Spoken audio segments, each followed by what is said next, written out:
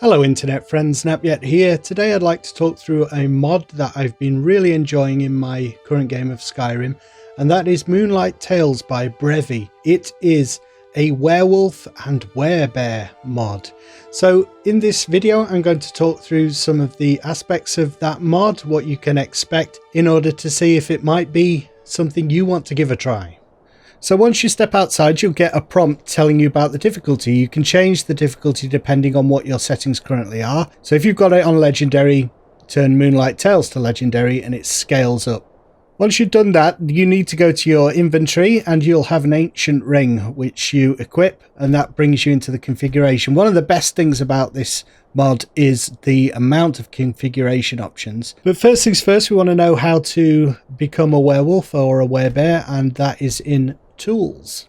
And once you click that, you will become a werewolf with the same attributes as you would with the Companions Guild. It won't affect the quest line, but we just get access to all the werewolf stuff from this point.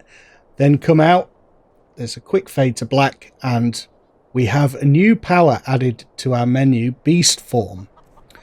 So you can activate it once every 24 hours. You can turn it into a werewolf with this power.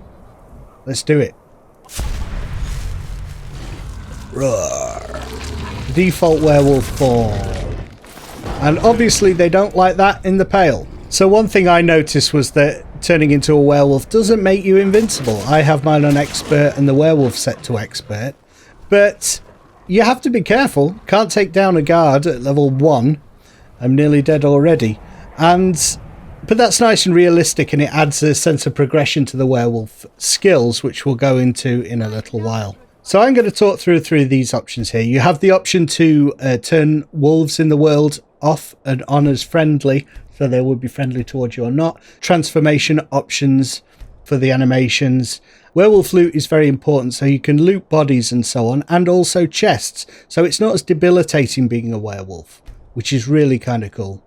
You also have combat options. Always dip into the difficulty scale, but also knock back, cooldown and so on. So you can fiddle around with combat options if you so desire.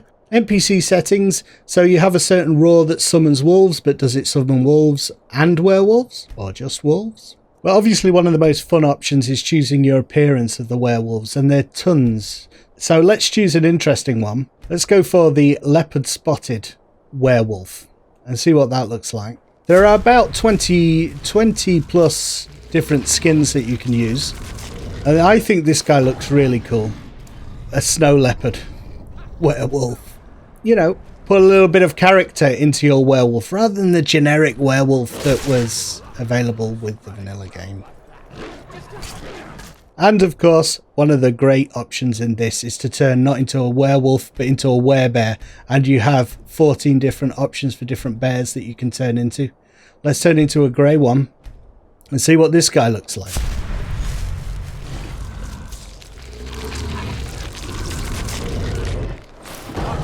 The answer is, he looks awesome and immediately gets pummeled by a guard. And the main thing we're all worried about, of course, can you swim as a werebear? Of course you can swim as a werebear. So the models look absolutely awesome in my opinion. They have tons of character.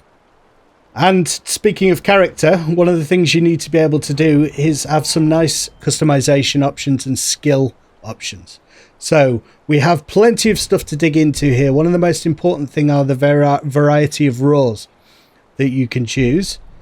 So detects living creatures up to 400 feet away.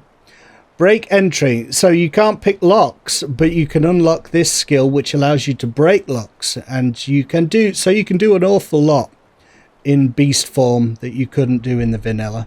But all these different howls can be unlocked, and pretty extensive skill tree as you can tell. But one of the most important things is that the author has put in a system for using all these calls. In the vanilla game you could only use one at a time, but with this system you can use them all, and it's based on where you point when you roar.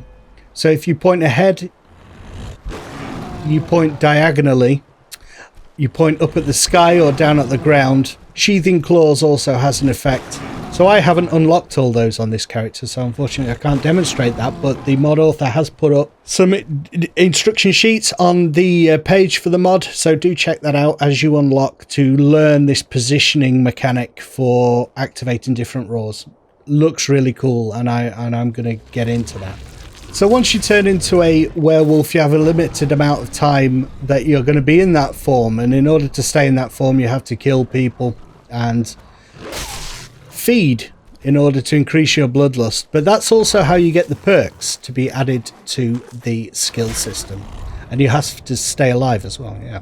So having a look at some more of these options, you can cure lycanthropy at any time, which is very handy, and reset Moonlight Tales and uninstall the mod.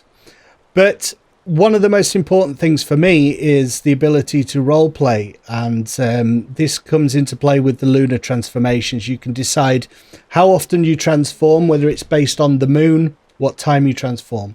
You get a warning sequence which tells you whether it seems like you're going to transform, and if it's based on the moon you'll get some prompts telling you what phase the moon is in, and you have to be careful. It's really cool. You can preset it so that only on a full moon.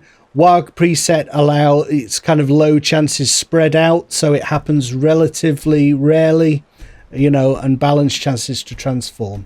So depending on your preference, but you have to be careful, obviously, or you end up in situations where things go bad. I've got to go. I'm sorry about this. I wanted to say that I did a good job for you, and no,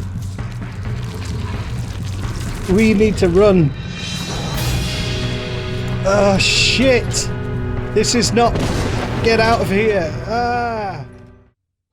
Okay, I hope you enjoyed this mod spotlight. Thank you for watching.